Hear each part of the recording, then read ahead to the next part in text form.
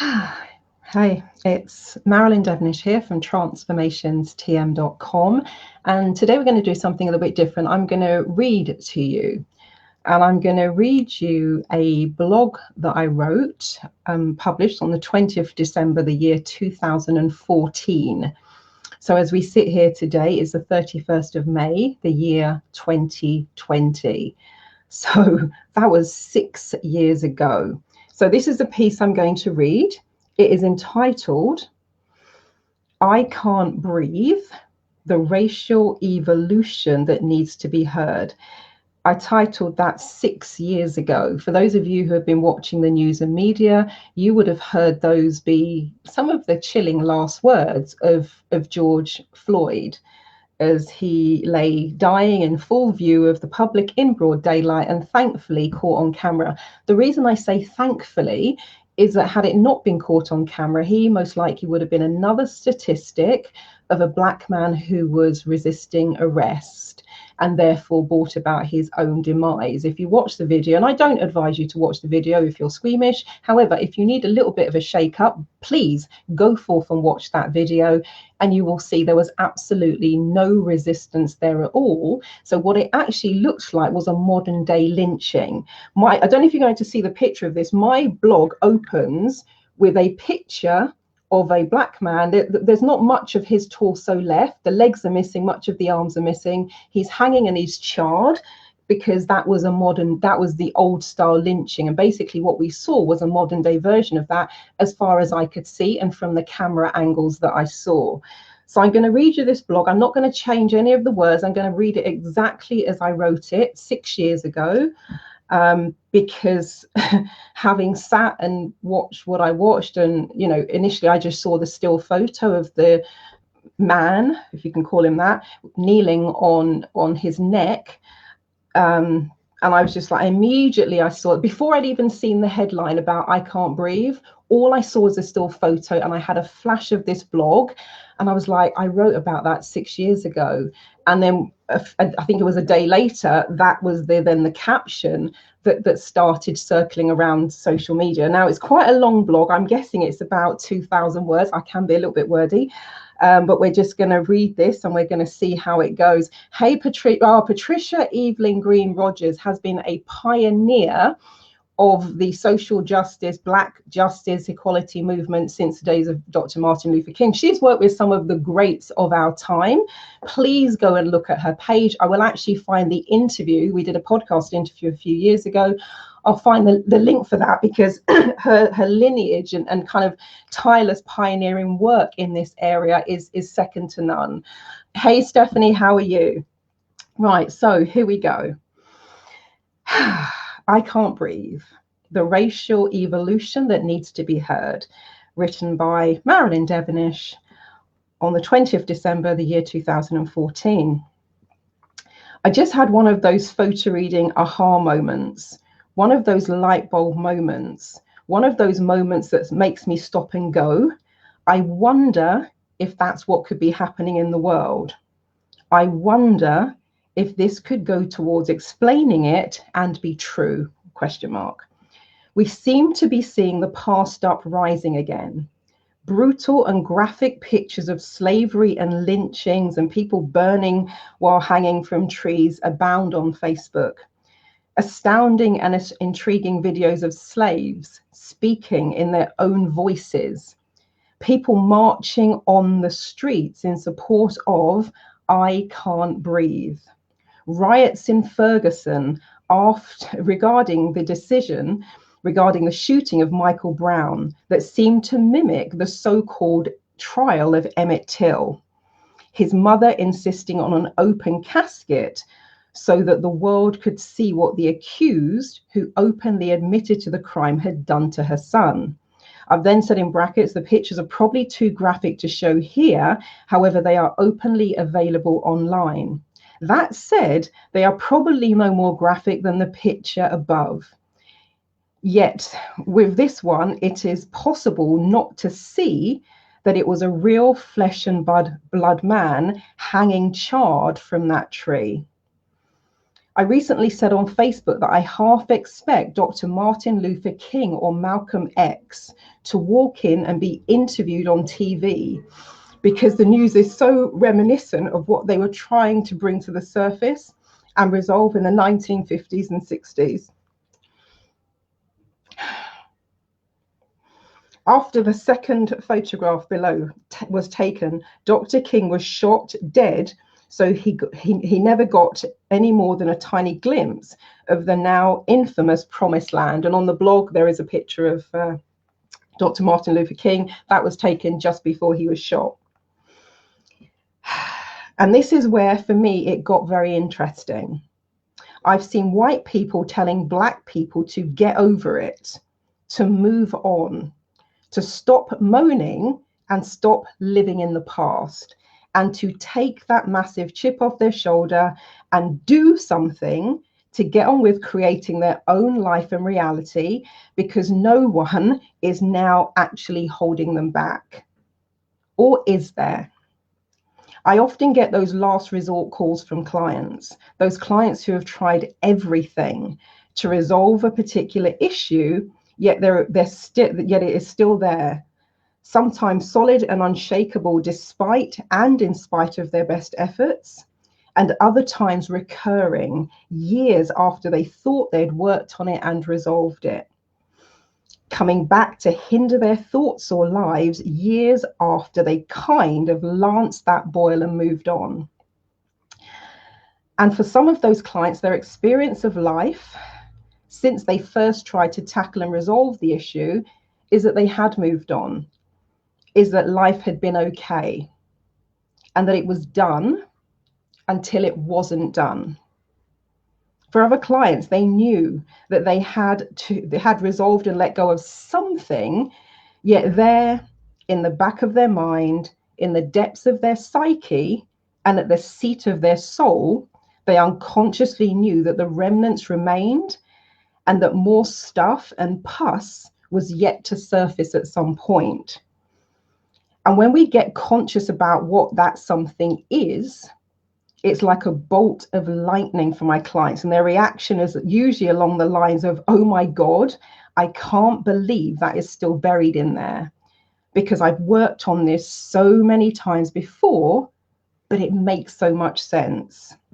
Am I a miracle worker? Question mark. Yeah, a little bit. Wink, smiley face.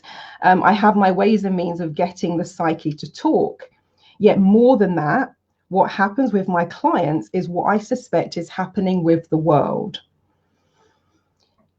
It was a process of evolution, a peeling back of the layers as they go through life and discover more about themselves and develop the capacity to hold more and be more. At the time they first started to work on it, they made some good and real progress. Men, women, and children were no longer slaves to other men, women, and children.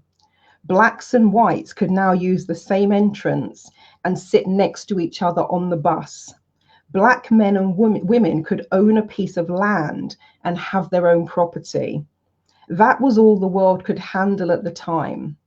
And that was enough for it to be okay, for an oppressed culture and way of being to evolve. And what I've got there is a picture of the old school water fountain, the coloreds and the whites. But then the world was ready to evolve again, because it developed the capacity to handle more. So not only did men and women of all races now sit next to each other on the bus and share the same cafe and bar counter, they now wanted to date each other and to procreate. The bits of the world that weren't ready for that gave looks of disgust and hate. They spat at and pulled at and even beat up and arrested those who were ready for the next phase of evolution. That then too, brackets, kind of, close brackets, became okay.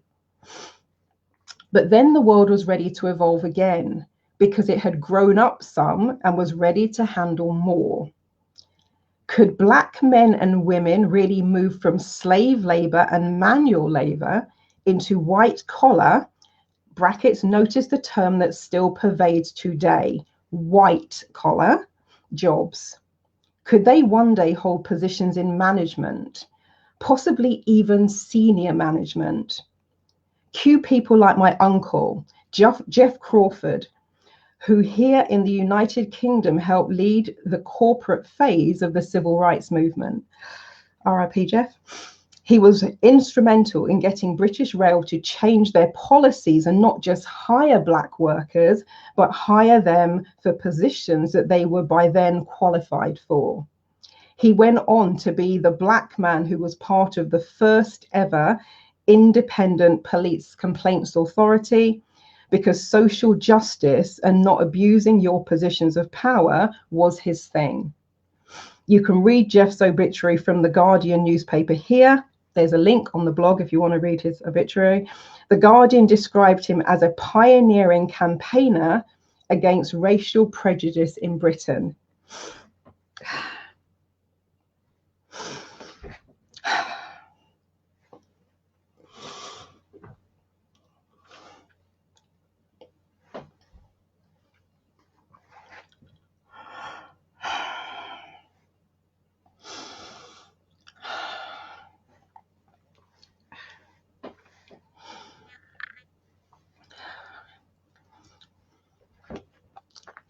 Give me a moment.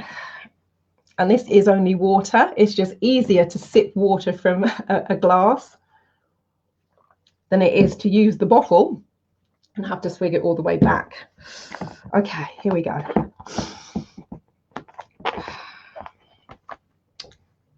I once again chaired the annual Barbados Independence Day panel debate at the Barbados High Commission in London, organised by Tyrone Roach. As we debated and talked about the journey back, remembering the people who migrated to Britain after the war to help rebuild the country and economy, I asked those in attendance if my Uncle Jeff was still alive, whether he would be satisfied with our progress. In terms of institutional racism, I was told that he would most likely be extremely disappointed, because in so many respects, we as the Black race have gone backwards.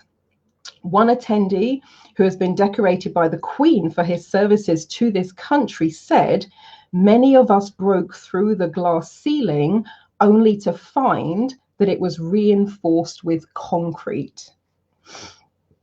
A sad state of affairs when you consider that from the outside looking in, it appears that we have made good progress in breaking through those deeply ingrained blocks and barriers and living in a more equal and unified way.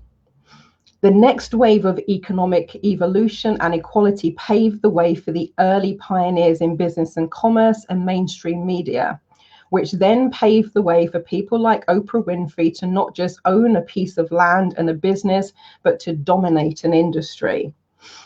And then the world was ready to evolve again. And in between those periods of what I call the corporate civil rights movement, the unthinkable started to happen. Not only did apartheid lead South Africa to free Mr. Nelson Mandela, it then went on to make him the first Black president, so that he sat next to and across the table from those who had locked him up and effectively thrown away the key decades before. A long time in the life of Nelson Mandela, a very short time for such a big turnaround, transition, and evolution. 1 second. Let me just scroll, because it's a lot here. 1 sec. And there is the man himself, if you have not seen his face for a while. Come on, don't mess with me now. Right, here we go. Wow. A Black man could be a president not just of his college sorority or company, but of an entire country. And the world was ready to evolve again. Cue Barack Obama. His election as president of the United States of America makes it look as though everything is now okay as far as race is concerned, and that surely having a Black man as president of as some would say, the largest and most powerful and previously most divided country in the free world must mean that the world is now okay. No, I don't think so. What I think it means is that the world is now ready to evolve again. And those layers of stuff and pus that have sat quietly beneath the surface like a virus is once again ready to come up to be further healed. Can we get to it and heal it all in one go? Question mark. To be honest, I don't know that all of the free world is ready for that. And as such, I believe that the world will continue to evolve in layers, giving us what we have the capacity to handle so that we can again be okay with the next iteration. Enough so that we can again move forwards, yet with the awareness that there is more from beneath the surface yet to come. If you really look back at the evolution of man, rarely has it been that they all lay down their arms at exactly the same time. Even when the previous world wars were waged, when those collective white flags were raised and waved, pockets of people continue to fight and hold deep-seated grudges, many of which were then passed to their children and their grandchildren, and onto their great-grandchildren as though it was steeped in their ancestry and DNA. And we have a little bit of white flag waving. Science has already shown in the lab that fears and phobias can be passed down the genealogical line before the next generation are even born.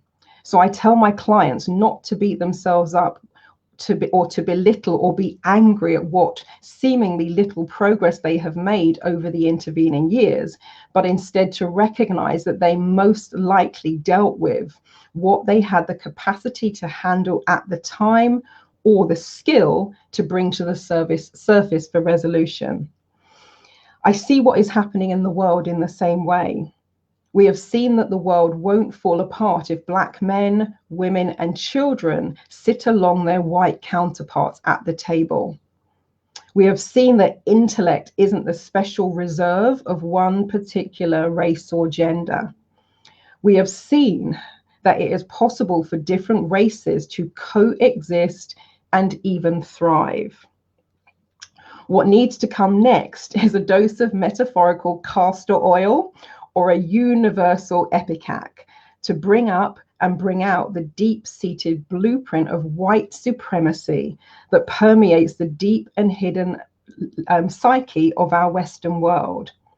And I say that not from a place of trying to bring us back to the days of Malcolm X, but from a place of recognizing that we still live in a world where the remnants of this remain embedded in the psyche of our culture. Our comic book and TV superheroes are white when in their human form. The baddies, of course, were usually dark and black, and we have a picture of what was then the traditional, superheroes, all of whom are white. Our most popular and often only available dolls, brackets, in my day Action Man and Barbie, close brackets, are white.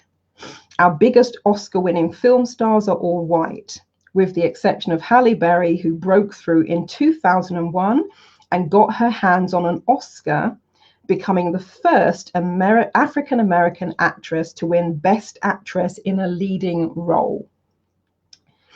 The junior heroes and heroines of the most popular books growing up, from Enid Blyton to Nancy Drew to Harry Potter, are all white. And I point this out not to be difficult and nitpicky, but to bring it to the attention of those who quite understandably might never have noticed the glaring absence of positive mainstream references and the fact that a particular race of people is constantly reinforced as being superior. If you're white, why would you notice? It's all normal in your world and reinforces what you already naturally know to be true in your world. And no, before any of you get up in arms, I haven't forgotten about the mass genocide happening around the world or about the Holocaust. I'm writing about Black race issues because it is one that is up again in the world right now. I am also Black, so I know what it is like from my perspective to reside in this skin. And because being Black is one thing that obviously singles you out, even with my powers of NLP and human deduction, I can't tell in modern society just by looking at someone from across the street or even by hearing their name whether they are Jewish. I can, however, tell immediately when I see them whether someone is Black before I hear them speak or see their name. And for as long as the ingrained and often unconscious stereotypes and hidden prejudices exist in our world, it may be a challenge to simply step into the equality that some of my white counterparts insist is already there for the taking. I don't say run away from it or pretend it's not there because you already dealt with it once before in the 1960s. Instead, I say recognize that the world is now likely ready to handle another shift in evolution. I say listen and really hear the story and pain that people carry in their ancestry, genealogy, and psyche. I say look and really see the way that this world is set up when it comes to underlying and unspoken hierarchy and race. It might sound trite, but sometimes people just want to be acknowledged and seen and heard. I say heal it as it comes up. I say really take the time to get the bigger lessons and learning opportunities that are being presented here, knowing that these things often resurface when the time is right. I say take the opportunity to get down and dirty and lance this particular global boil once and for all so that this wound and infection can truly heal. I think we now have an opportunity for a grand disco revolution. For those of you that follow me on Facebook, you will know that I do love my #dance breaks. You may or may not be aware, but the emergence of the disco scene led to the 1969 human rights revolution in a New York City mafia-owned nightclub. Yet another police raid sparked a mini riot one night, which brought to an end the offense of dancing with someone of the same sex and paved the way for the gay rights movement that much of the world is still battling with and evolving today. In that one brothers in arms, smoke-filled night, they took a big step forward in the evolution of the world that we live in today. And that was just one nightclub who refused to bow down to the prejudices of society yet again. The BBC did a very cool documentary. If you are interested in the modern history and evolution of music, do check it out. And there's a screenshot there. If you go to the blog, it's called The Joy of Disco. Disco Inferno. Okay, and it was on BBC4.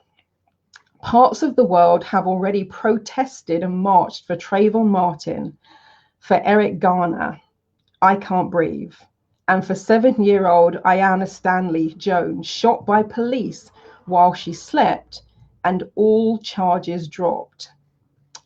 They have marched right back from the days of the open casket funeral for Emmett Till. And there's a picture of Trayvon Martin, and there's a picture of Eric Garner who is being restrained. You might actually see the similarity between that picture and the one we're looking at now, 6 years later. And there is the young Ayanna who was shot while she slept.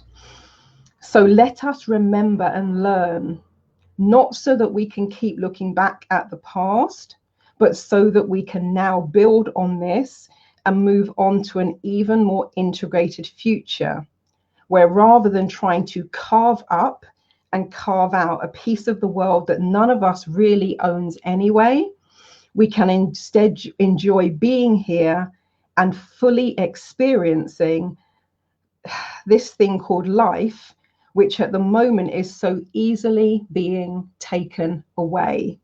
Peace out, Marilyn Devonish.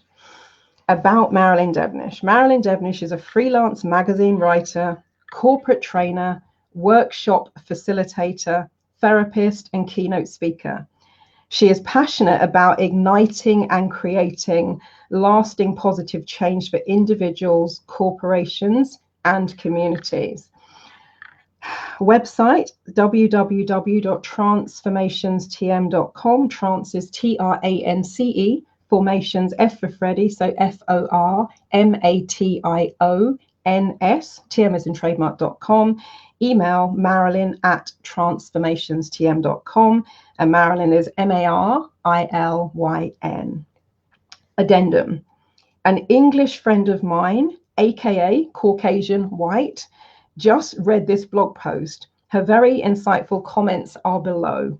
And thanks for reposting your article from last year, which I didn't see at the time, and I'm glad to have read now. Thank you.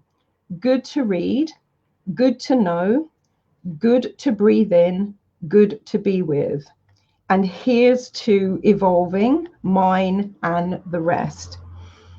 And for me, it's not about rehashing the past, which is more like navel gazing. It is more about seeing what is still there, acknowledging that, then cleaning up.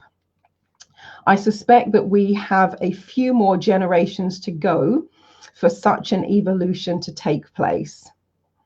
And I truly get from your piece, Marilyn Devonish, it's caused me to take a moment to look at that. So starting with me. Not always easy to see or acknowledge what you don't associate with on top of it, associate with on a top level.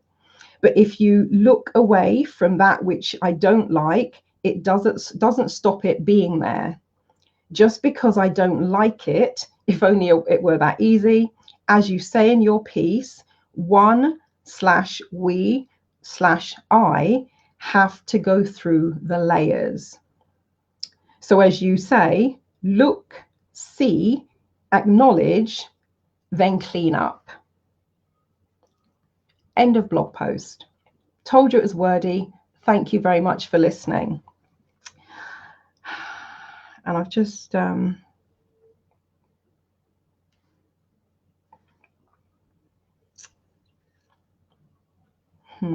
can see if I can find it. Actually, I'm going to see if I can get a better version. Here we go. Now, there's a piece. When I was reading this, I immediately started. Oh my gosh, it took about 20 minutes to read. I immediately started thinking about, before I even got to that bit, because I haven't read this blog since I wrote it all those years ago. I've reshared the link, but this is the first time I've actually sat and reread it myself. And there are obviously some glaring parallels in terms of the riots, etc., what's been happening and the way it's happened.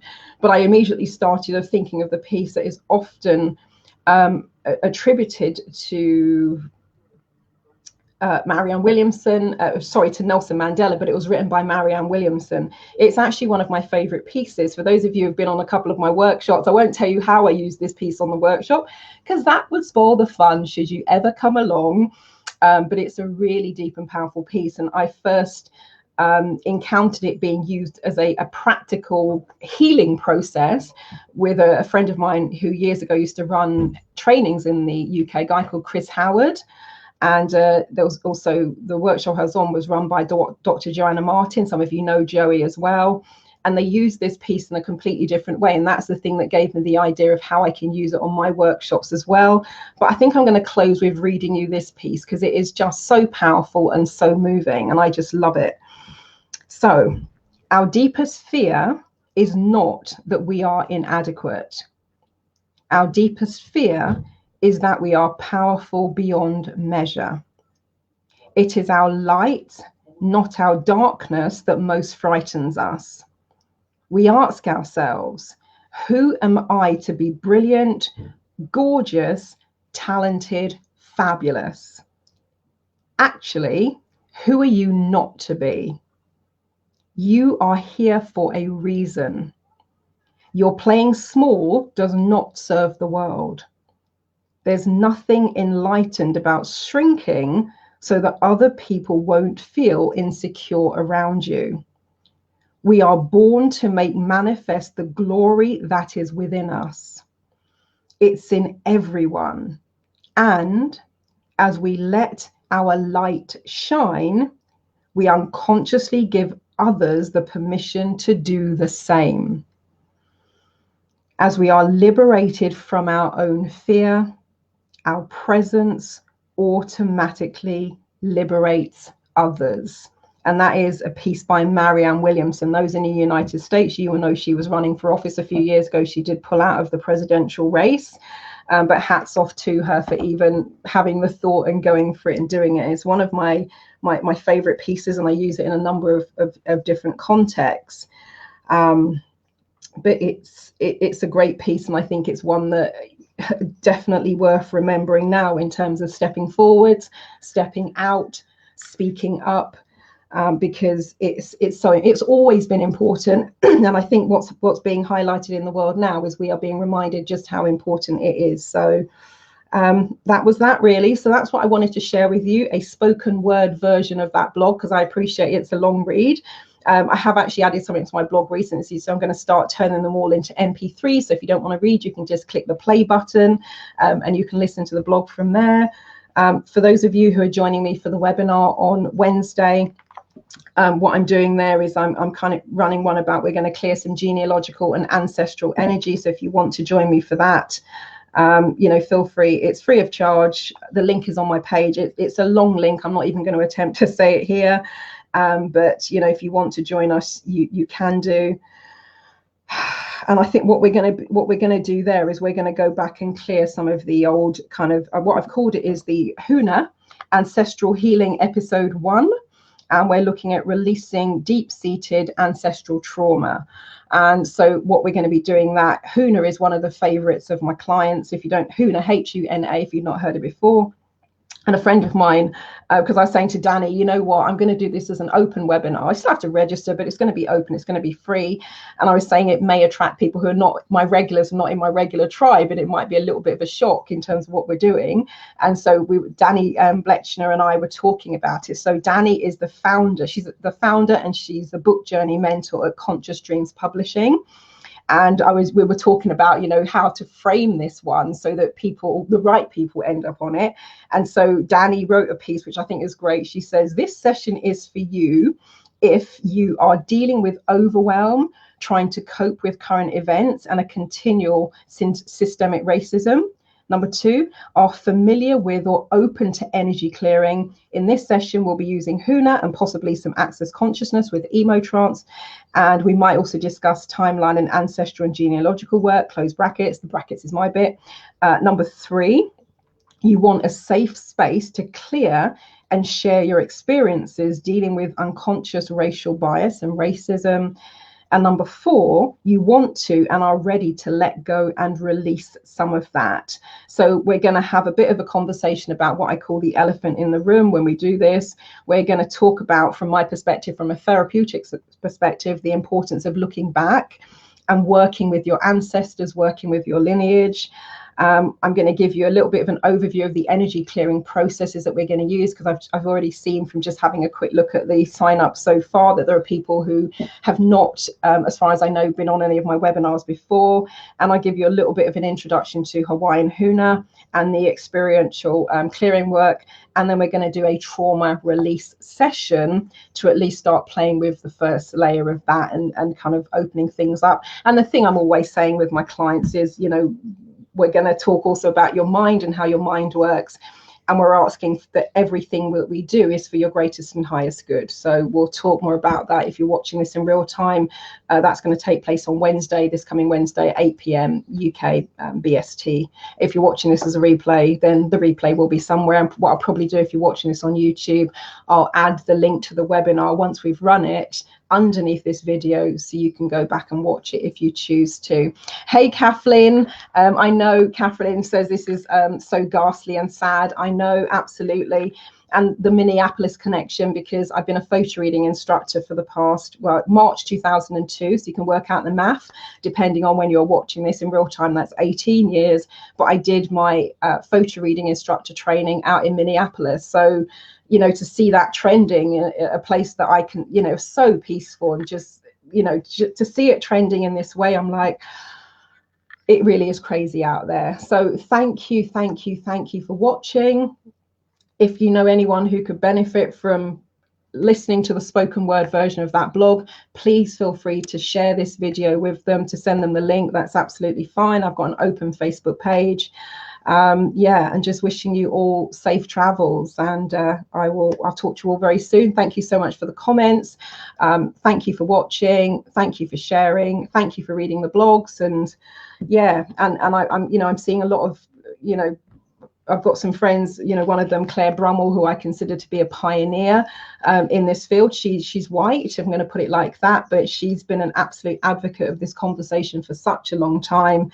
And I'm seeing a lot of people kind of stepping up and at least saying something, because, you know, the whole piece about the silence, it's gotten to a stage now where being silent is almost as bad as, you know, what's going on in some respects. So yeah, it's really quite heartening to see people at least saying, look, I am even going to be more aware, and where they do see injustice, even if you just point it out to one person, that can start the ripple effect. And my logo, I don't know if you can see it behind me there, my logo for the past 20 years as it stands at the moment has always been the ripple effect, because I am a strong believer, and I have seen it evidenced in my work, that oftentimes we do something, and that one thing, like the one-day breakthrough session, will then just be the catalyst that keeps rippling out into people's lives, and it impacts the lives of the people that they are connected to, and impacts the lives of the people that they are, and it just keeps going on and on and on, and it's exponential. And I know sometimes it feels like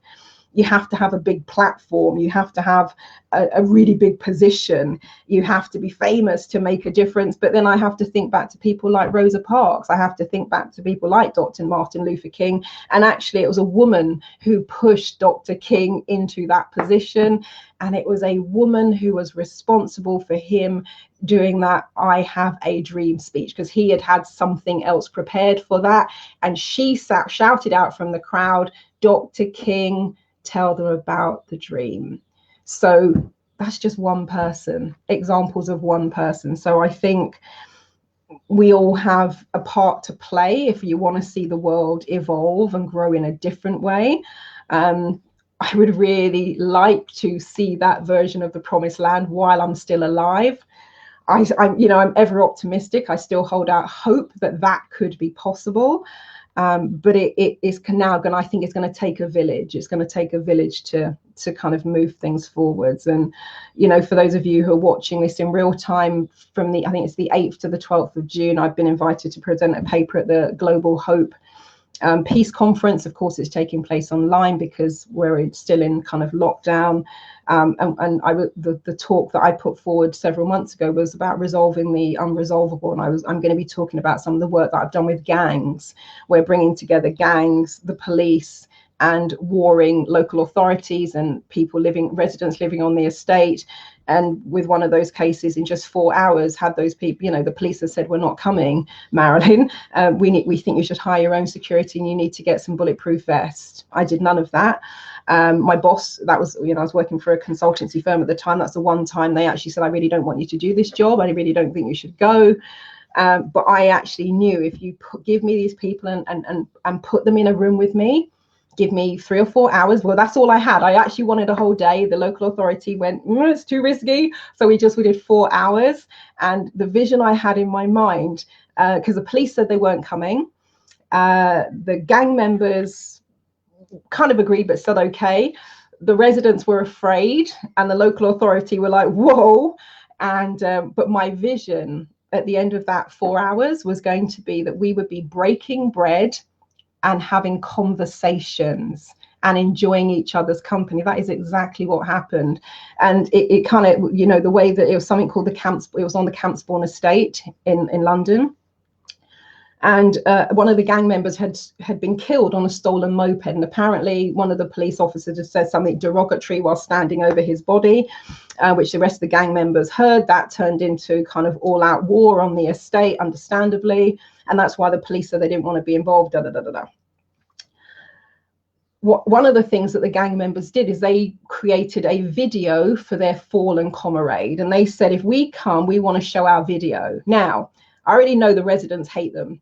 I already know they're fighting with the police. I already know they're in trouble with the local authority. And now, not only are we going to invite them in, I'm going to be showing a video about their dead friends. I'm like, okay, if that's the terms, I'll make it work.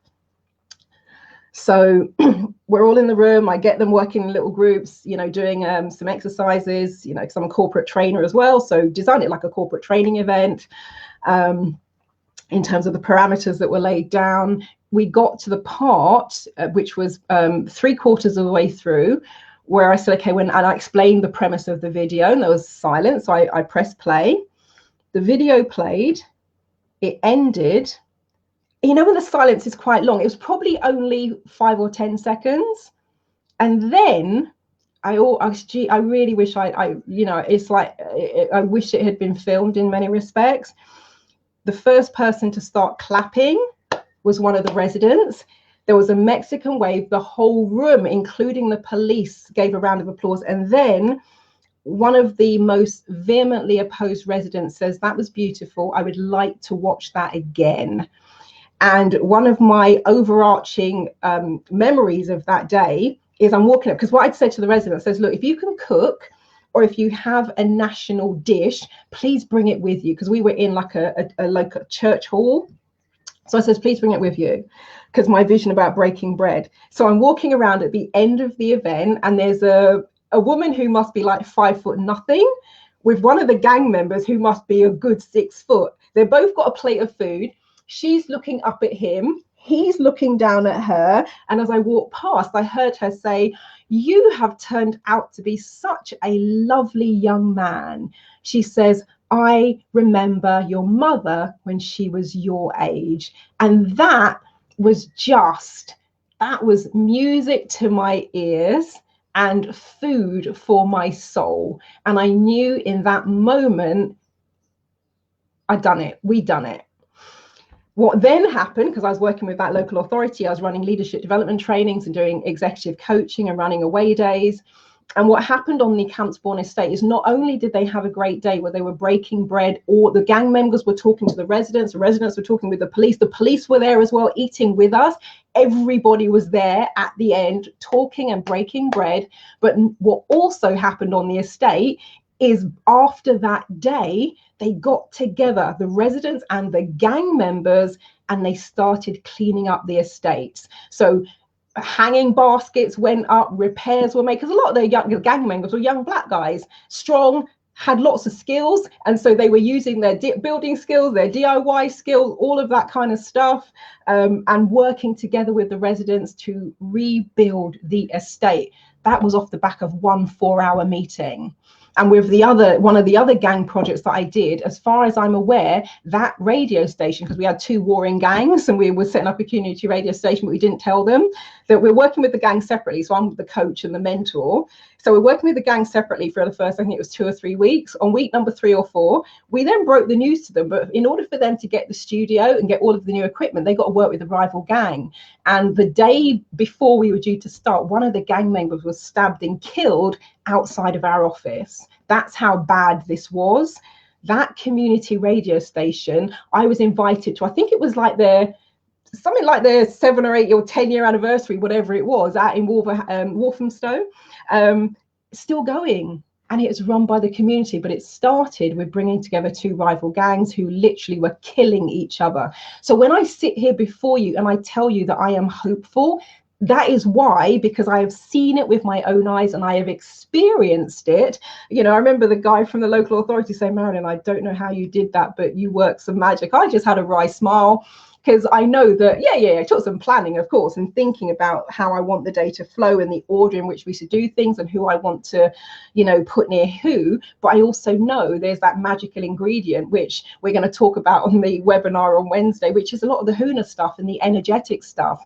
I would say that was probably the biggest ingredient in that day, which then allowed everything else, all the practical, logistical, project management stuff, just to flow. So yeah, that's why I'm hopeful. That's why I'm optimistic. That's why I have a sense of hope, a sense of faith in us as human beings, because I always say, look, just give me the people, give me a little bit of time, 3 or 4 hours, if that's all you got.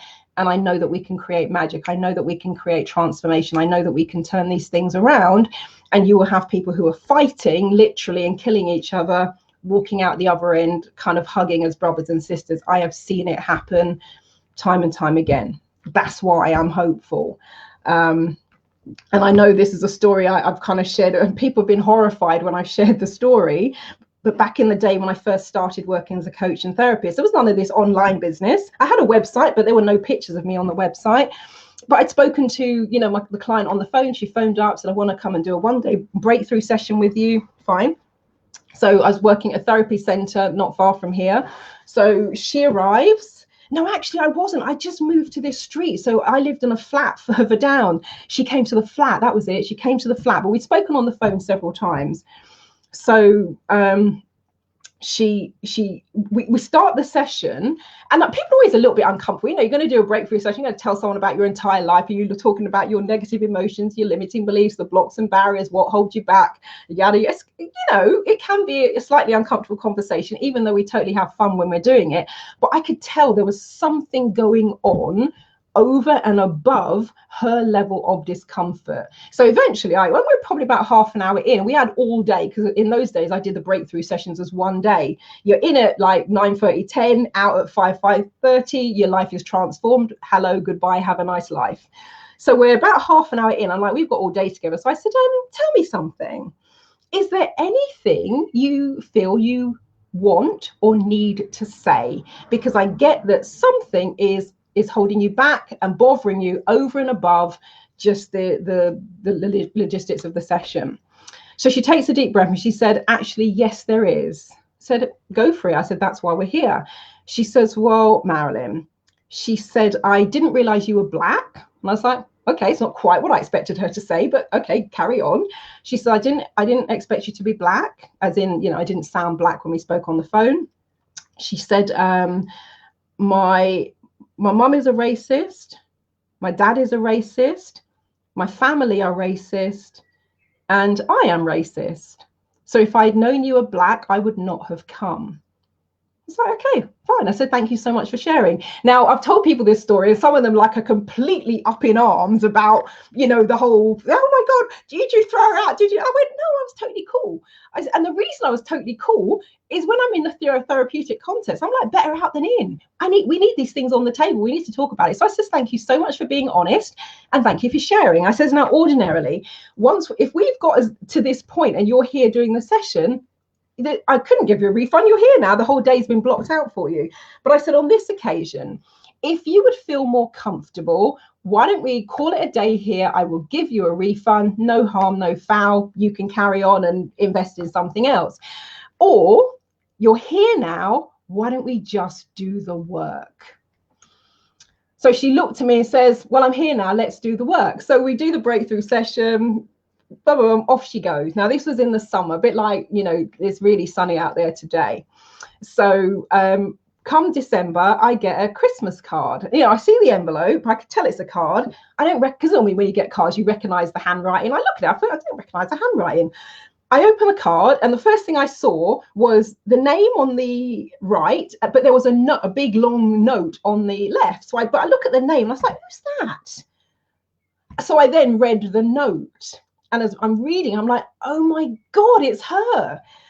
And there's a note plus a letter as well that she'd folded up. But the note down the side of the card basically said, hey, I just want to say thank you so much for the one-day breakthrough session. Because she'd dropped out of university, was doing drugs, self-harming, anorexia, bulimia, you name it, was all going on. So she said, Marilyn, I just wanted to say thank you so much. She said, I'm back at university. catching up with my classes. I'm no longer drinking. I've stopped the self-harming. I'm no longer throwing up. I'm no longer depressed. My life is back on track. I just wanted to say thank you. So glad I met you. And now when I look to the other side, it said love and her name.